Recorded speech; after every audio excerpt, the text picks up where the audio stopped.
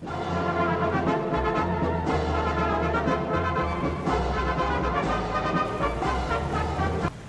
and welcome to another War Thunder video, and well, this is the XB55 Ascender, and this replay is actually going to be more background footage than anything else. This game wasn't really anything special in particular, basically just, ace game in an XB55, which for me is nothing unusual. But anyway, so tomorrow, I'm recording this on, Wednesday, July 19th. So tomorrow, Thursday, July the 20th, I'm going to be going up to Oshkosh, Wisconsin for the air show that they have up there. So I am going to be bringing a video camera along, so I'll see if I can get some footage of that. But that aside, right now, as far as War Thunder goes, I'm actually having quite a few problems, and I don't know how to fix any of them. So, first off, you might have already noticed, if you, those of the eagle-eyed of you, probably noticed that the bottom right corner of my screen says ultra low quality. I did not set that. Instead, Gaijin seems to think that my drivers are out of date. Either that, or maybe they are, I have no idea.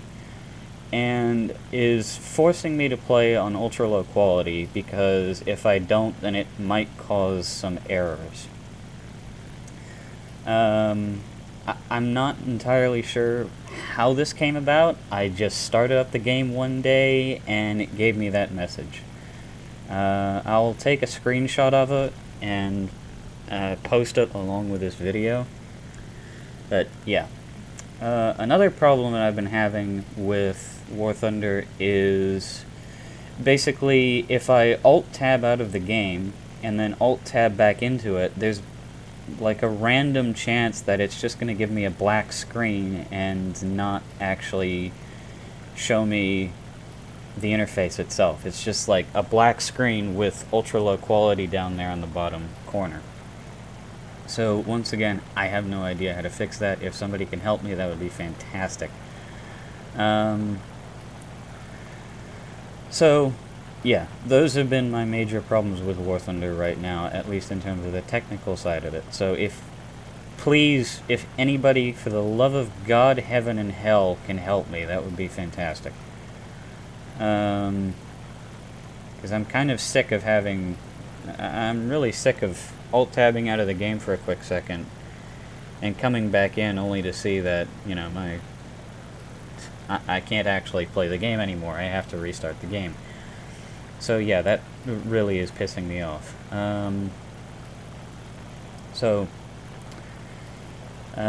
With that aside, you know what? Most of this game, by the way, was just what you're seeing right now, me climbing. Another thing is, I really don't have any idea what to fly anymore in War Thunder, because, well, I can't remember what video it was, but I think it was my 162 video or the Comet video. I think it was the 162. Oh, and by the way, this is the worst Yak 1 pilot on the face of the planet. Look at this. Head on with an XB55. 300 meters, he misses every shot. How the hell do you do that? Anyway. So yeah, I think it was in the 162 video. I basically showed off my tech tree, and my tech trees for the nations in aircraft. And basically, aside from bombers and a couple of jets, I really only have, well, I really don't have anything left to research. In fact, in terms of actually researching aircraft, I think I only have like 60-something aircraft left to research in the entire game. And if you include premiums, I think that number goes up to like 70-something.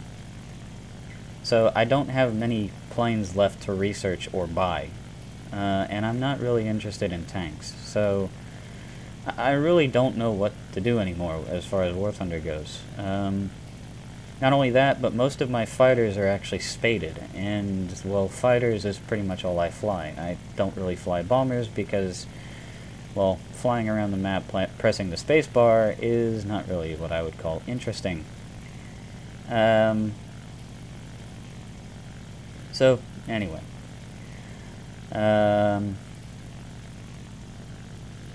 Now, since I have been flying a lot more Tier 5s recently than I normally would,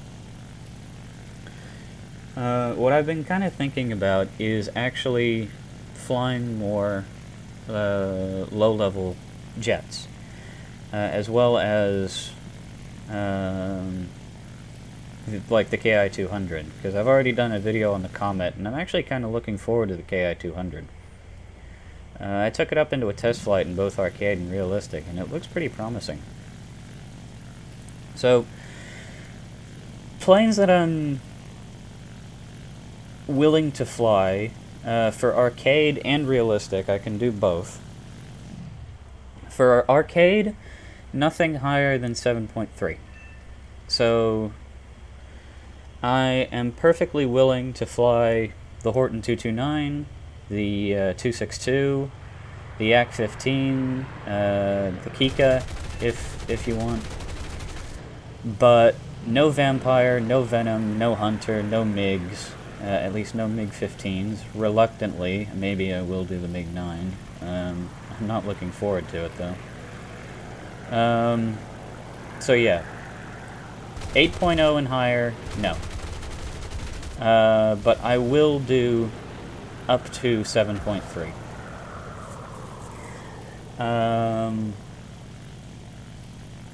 And maybe I'll do another video on the 262 A2A, but I think I've already done a video on that. In fact, no, I do know that I've already done a video on that, as well as the HE162. But if you guys want to see that again, I'm perfectly fine with that. I'm perfectly willing to fly both of those planes.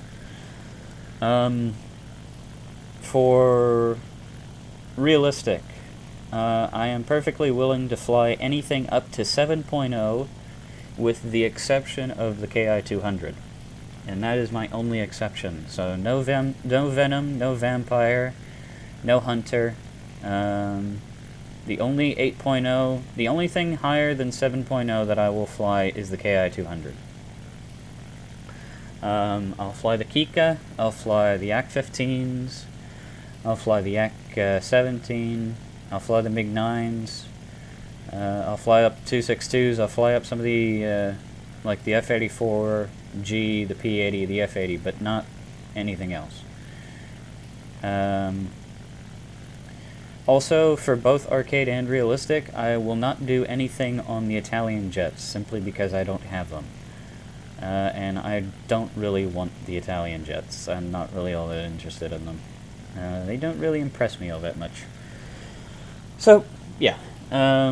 Nothing on the Italians because I don't have them, and I probably won't have them until Gaijin gets around to implementing some other... until Gaijin actually starts putting more Italian fighters into the game for me to go after. I probably won't ever go after the Italian jets, primarily because, well, all of my Italian fighters are spaded.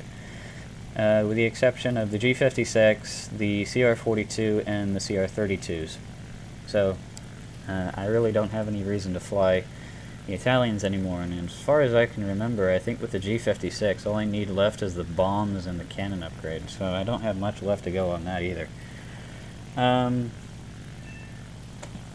So yeah, not really gonna do anything on the Italian jets. But as far as realistic goes, I will do the KI-200, but that's the highest I'll fly. Anything higher than that, no.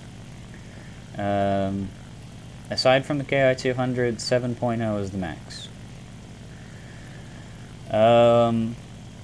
For arcade, like I said, nothing higher than 7.3, so no 8.0s, no 9.0s.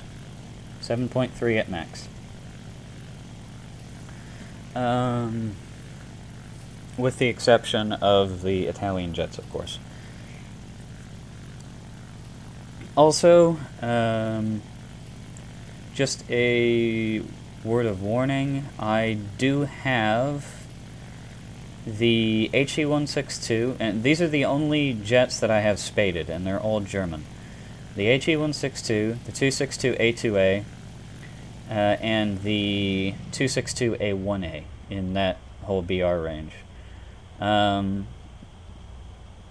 I still need to spade the Comet. I still need to get the gun upgrade on that for the 30 mils, but I'm probably just going to buy that because I don't really want to waste any more time flying that plane. I've already gotten all of the other upgrades that matter, so I'm going to consider that one spaded. I have also spaded the Rocket 262s, but I'm not going to do a video on them. Actually, yesterday I bought all of the... I finished buying the rest of the upgrades for the MiG-15, and I actually really like that thing now. I'm not going to do a video on it, and probably never going to fly it, but do definitely like the MiG-15. Or at least I won't do a video on it, or I won't fly it until Gaijin goes around to doing something about the F-2 Sabre. So, yeah. With that out of the way, let's see, what else do I have? The Horten 229. I've been flying the Horten 229 quite a bit recently, and I have up to the only upgrades I have left on my Horten 229 are the airframe and the gun upgrade. So, as far as the Horten 229 goes, almost spaded, and then the 262A1U4 or the Narwhal is stock, although I do have the gun belts. So I have the Minengeschoss shells loaded into my 262A1U4, but I don't have any of the performance upgrades. So that thing is completely stock. As far as my American jets go, all of them are stock. Russian jets, all of them are stock. British and Japanese jets also are stock. And once again, don't have any Italian jets. So, yeah, those are your options. So if you do pick any of the German jets that I listed, so the 262A1U2, or A2A, the A1A, HE-162, or the Horten 229, those are pretty much spaded with the exception of the Horten, and I only have 2 upgrades left to go on that.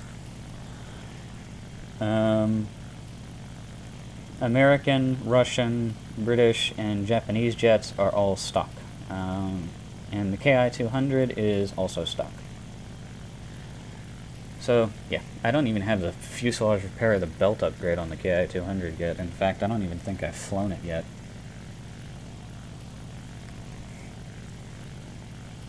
Although I am kind of actually liking, from what I flew of it in the test flights, or in the custom battles, I did definitely like the KI-200 and Akika. In both realistic and in arcade, they definitely look very promising. With the exception of course, the lack of ammunition load, or as I should probably say, lack thereof. So, yeah.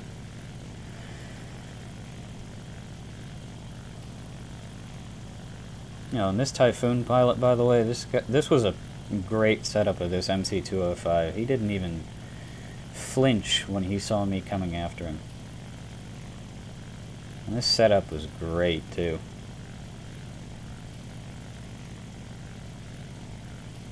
Just watch how he sets this 205 up for me. Breaks into the 205, 205 overshoots. Throttle to 0. Pull in behind the 205. Typhoon brakes. 205 turns back in. And just lines right back up in the Typhoon, trying to get him in the climb. And yeah, there goes your wing pal.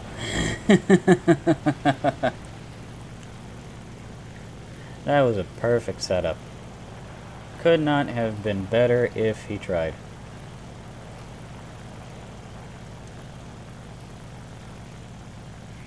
Of course, the 205 in that situation really did fuck up too, so.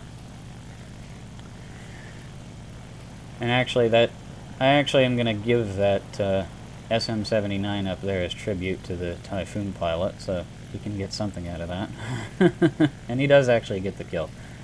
And then we just go down and chase this SM-79. I'm actually kind of surprised this SM-79 didn't get shot down by the flak over this island on Norway. He definitely did sustain a fuel leak and maybe a little bit of other damage, but he actually didn't get shot down until I put a few shots into him. So I put some hurt into him there. His gunner opens up and basically does nothing, and then Flak steps in and has a few words with his pilot and with his engine. So yeah, that was the end of that one. So yeah, ace in a day in the XB-55, not really anything special. Just kind of background footage for what I had to explain. So yeah, like I said, if anybody can help me with the ultra low quality your drivers are out of date error thing, that would be fantastic. Also, the black screen with just the ultra low quality down there in the bottom corner, that would be kind of nice if I could have some help with that as well. Oh, and if this helps at all, I have a Radeon graphics card in this computer. So I don't know if that'll help, but hopefully it does. And then as far as Tier 5s go, because I've been thinking about flying some more Tier 5s, I will fly anything in arcade up to 7.3, but no higher. In realistic, I will fly up to 7.0 with the exception of the KI-200 or maybe the Comet if you want to see another video of that. I'm perfectly willing to do either. Just a word of warning for the KI-200, it is stock. For the 163, if you want to see another video of that, it is spaded. For my German jets, the HE-162, and all of my 262s with the exception of the Narwhal, the 262A1U4, are spaded. The A1U4 is stock with the exception of the belts. So no performance upgrades, all I have on that thing is the belts. And that really helps that plane out a lot. And my Japanese, I have Japanese, British, and Americans, and Russians. All of their jets are stock. Excuse me. Also, something I forgot to mention: the R2Y2 V3, the last of the Japanese jet bombers. I don't actually have that one yet. I have the R2Y2 V1 and V2, and they are both stock, but I don't have the V3. That's the only R2Y2 I don't have yet, and actually the only Japanese jet that I don't have yet.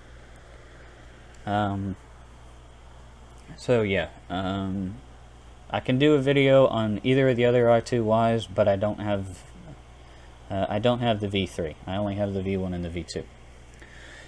So yeah, not like there should be many differences between the three of them. At least not that I'm expecting. So I think that's really all I have to say, and yeah, have a good one.